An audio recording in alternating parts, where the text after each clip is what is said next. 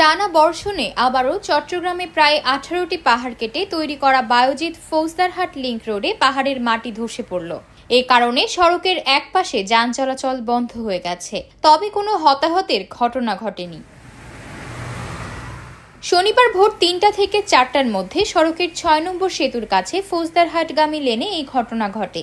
রাতে যে বৃষ্টিটা যেটা হয়েছে সেটাতে আশা করি গাড়ি অ্যাক্সিডেন্ট হতে পারতো, এমনকি অনেক মানুষ মারা যেত, কিন্তু পাহাড়টা রাতে ভাঙার কারণে কোনো ক্ষয়ক্ষতি হয় নাই। মানে প্রতি বছরে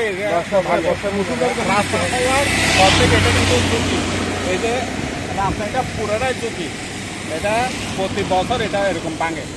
চট্টগ্রাম উন্নয়ন কর্তৃপক্ষের সহকারী প্রকৌশলী ও বায়েজিদ ফৌজদারহাট লিংক রোডের প্রকল্প পরিচালক আসাদ বিন আনোয়ার ভূমিধসের বিষয়টি নিশ্চিত করেছেন। তিনি বলেন, পাহাড় থেকে ধসে পড়া মাটির একটি বড় অংশ ধসে সড়কের উপরও পড়েছে।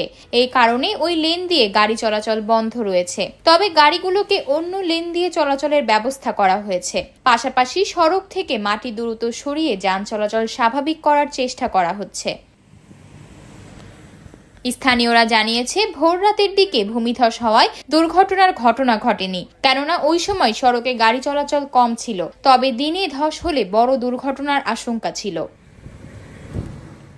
প্রায় 18টি পাহাড় কেটে তৈরি করা হয়েছিল বায়েজিদ ফৌজদারহাট লিংক রোড। পাহাড়ের উপর আঘাতের দায়ও দিতে হচ্ছে বারবার। বৃষ্টি হলেই প্রায় সময়ই পাহাড় ধস হচ্ছে, এতে বন্ধ রাখতে হচ্ছে সড়ক। প্রায় 6 কিলোমিটার দীর্ঘ এই সড়ক নির্মাণে দুই পাশে 90 ডিগ্রি খাড়া করে পাহাড়গুলো কেটেছিল সিডিএ। নগরীর উত্তর পাহাড়তলী মৌজা, হাটহাজারীর জালালাবাদ মৌজা এবং সীতাকুণ্ডের জঙ্গল সলিমপুর মৌজায় এসব পাহাড় কাটা হয়েছিল।